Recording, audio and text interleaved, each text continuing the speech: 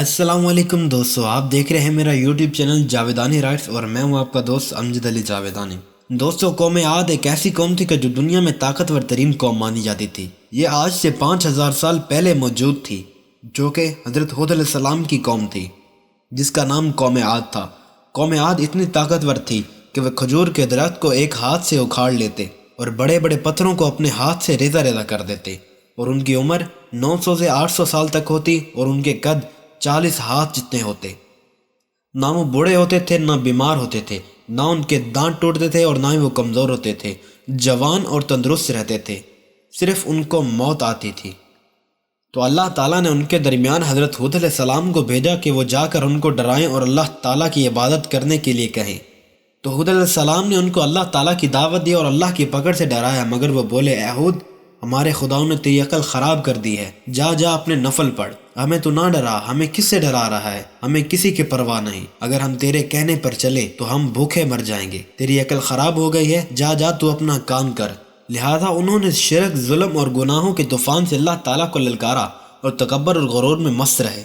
تو اللہ تعالیٰ فرماتا ہے، اب قوم عاد نے بے وجہ زمین میں سرکشی شروع کر دی ہے اور کہنے لگے، ہم سے زوراور کون ہے؟ کیا انہیں یہ نظر نہ آیا کہ جس نے انہیں پیدا کیا وہ ان سے زیادہ طاقتور ہے؟ مگر وہ آخر تک ہماری آیتوں کو جھٹلاتے رہے اور ان سے انکار کرتے رہے اور کہتے رہے کہ کوئی ہے جو ہم سے زیادہ طاقتور ہے، لاؤ، ہمیں کس سے ڈراتے ہو؟ تو جب اللہ تعالیٰ کا غضب ٹوٹا اور ان پر قحط آیا، بھوک لگی، سارا غلہ کھا گئے، مال مویشی کھا گئے، حرام پر آ گئے، نہ بارش ہوئی اور نہ ہی کہیں پانی کا کوئی قطرہ بچا، اور پھر تنگ آ کر اپنا ایک وفد بیت اللہ کی طرف بھیجا۔ ان کا دستور تھا کہ جب مصیبت آتی تو اوپر والے کو پکار اٹھتے، اور جب ان کی مشکلات دور ہو جاتی تو وہ اپنے بتوں کو پوجنے لگتے۔ انہوں نے اپنے وفد سے کہا کہ جاؤ، ہمارے لیے اللہ سے دعا کرو کہ بارش برسائے۔ اللہ نے 3 بادل پیش کیے، کالا، سفید اور سرخ، اور اللہ تعالیٰ فرماتا ہے کہ ان میں سے کوئی ایک منتخب کر لو۔ تو انہوں نے آپس میں مشورہ کیا کہ سرخ میں تو ہوا ہوتی ہے، کالے میں پانی ہوتا ہے، اور سفید تو خالی ہوتا ہے، اس لیے ایک کالا مانگو۔ تو اللہ تعالیٰ نے کہا، واپس پہنچو، بادل بھیجتا ہوں۔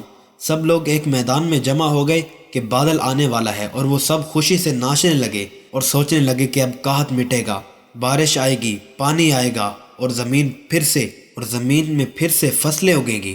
جب وہ لوگ خوشی سے ایک میدان میں جمع ہوئے تو اللہ تعالیٰ نے بادل بھیجا۔ وہ سب خوش تھے کہ اب بارش آنے والی ہے، مگر اللہ تعالیٰ کی کرنی ایسی کہ اس بادل میں ایسی کڑکتی ہوئی تیز ہوا تھی کہ جس نے ان کو اٹھا اٹھا کے مارا اور ان کے گھر اڑا دیے۔ 40 ہاتھ کے قد کے لوگ جن کو ہوا نے تنکے کی طرح اڑا دیا۔ جب ہوا نے ان کو آسمان میں اٹھایا تو ان کے سر آپس سے اس طرح ٹکرائے کہ ان کے بھیجے نکل کر ان کے منہ پہ آ گئے، اور کچھ لوگ اپنے گھروں میں چھپ گئے تو کچھ لوگ غار میں چھپ گئے۔ تو ہوا غار میں بگولے کی طرح داخل ہوئی اور ان کو باہر اٹھا کے پھینک دیا، اور اسی طرح جو لوگ گھروں میں موجود تھے ان سب کو بھی ہوا نے باہر پھینک دیا، اور ہوا نے ان کو آسمان میں اٹھا لیا اور ان کے سر ایک دوسرے سے ٹکرائے، جن کی وجہ سے ان کی موت ہو گئی۔ تو پھر اللہ تعالیٰ نے فرمایا، کیا ہے کوئی باقی؟ کیا کوئی باقی بچا ہے؟ تو اللہ تعالیٰ نے ان کو ہلاک کر دیا۔ وہ قوم جو اتنی طاقتور تھی، جس کو اپنی طاقت پر اتنا ناز تھا، اتنا فخر تھا، اتنا غرور تھا، وہ قوم جو ایک پتھر کو ایک ہاتھ سے ریزہ ریزہ کر دیتی تھی، اللہ تعالیٰ نے ان کو ہلاک کر دیا۔ جب تم اللہ اور اس کے رسول کی نافرمانی کرو گے تو اللہ تعالیٰ ایسی جگہ سے عذاب بھیجے گا کہ جہاں پر تمہارا گمان بھی نہیں ہوگا، تمہاری سوچ بھی نہیں ہوگی، وہاں سے اللہ تعالیٰ اپنا عذاب تم پر بھیجے گا۔ دوستو، کیا آج ہم اللہ تعالیٰ کی حدوں کو پار نہیں کر رہے؟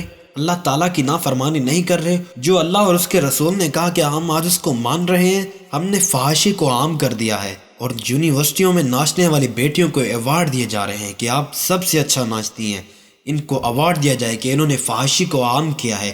یہ ہمارے ملک کا حال ہے۔ دوستو یاد رکھو کہ اللہ تعالیٰ کا عذاب وہاں سے آتا ہے کہ جہاں پر آپ کا گمان بھی نہیں ہوتا۔ جن گناہوں کو ہم معمولی سمجھتے ہیں، ان گناہوں کی وجہ سے اللہ تعالیٰ نے بڑی بڑی قوموں کو زمین میں بوس دیا، بڑی بڑی قوموں کو ہلاک کر دیا، جبکہ آج سوشل میڈیا پر وہ تمام کے تمام گناہ عام ہیں جن کی وجہ سے اللہ تعالیٰ نے بہت سی قوموں کو ہلاک کر دیا۔ اور قرآن بھی یہ واضح طور پر کہتا ہے کہ جو لوگ چاہتے ہیں کہ دنیا میں فحاشی اور بدکاری عام کر دی جائے تو ان کا ٹھکانہ دوزخ ہے۔ اور جاتے جاتے میرا ان تمام مسلمان پیرنٹس سے ایک سوال ہے، کیا ان کو اپنی اولاد سے محبت نہیں ہے؟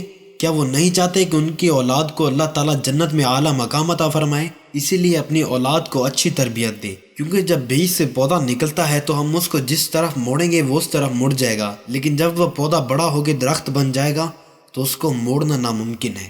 آخر میں میری اللہ تعالیٰ سے دعا ہے کہ اللہ تعالیٰ ہم کو اس پر غور و فکر کرنے کی توفیق عطا فرمائے، آمین۔ اللہ حافظ۔